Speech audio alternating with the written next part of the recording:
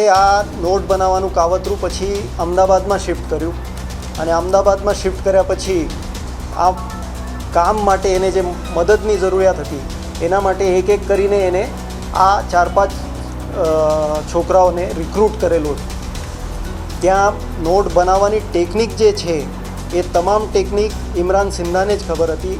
એ ટેકનિકથી not એ બનાવવાનો અને બીજા જે એક્સ્ટ્રાના કામો છે જેમ કે પેપર વ્યવસ્થિત લગાવવું, પ્રિન્ટ કાઢવું, પ્રિન્ટ કાઢ્યા પછી નોટનું કટિંગ વગેરે કરવું, ત્યાં રૂમમાં સાફ સફાઈ, જમણવાર વગેરે આ બધું કરવા માટે આ છોકરાઓનો ઉપયોગ આ કરતો હતો। ડિસ્ટ્રીબ્યુશન કરવા માટે એક માણસ તરફ એક નોટો ગઈ હોવાનું પોલીસને જાણવા મળેલ છે અને ત્યાં એ માણસને પણ પોલીસે અરેસ્ટ કર્યું છે બનાસકાંઠાથી અને એના પહેલાં પણ આ લોકોએ કંઈક આ રીતનું કર્યું હશે તો એની પણ તપાસ શોધખોળ અમે કરીશું અને બીજી કોઈ ચલણી નોટો કે બીજી કોઈ રીતે આ લોકોએ આપણા દેશની અર્થવ્યવસ્થા સાથે કંઈ ચેડા કર્યા હશે તો એ પણ અમે બહાર કાઢીશું। અમારી તમામ માહિતીથી અપડેટ રહેવા માટે જોડાયેલા રહો S9 ન્યૂઝ સાથે।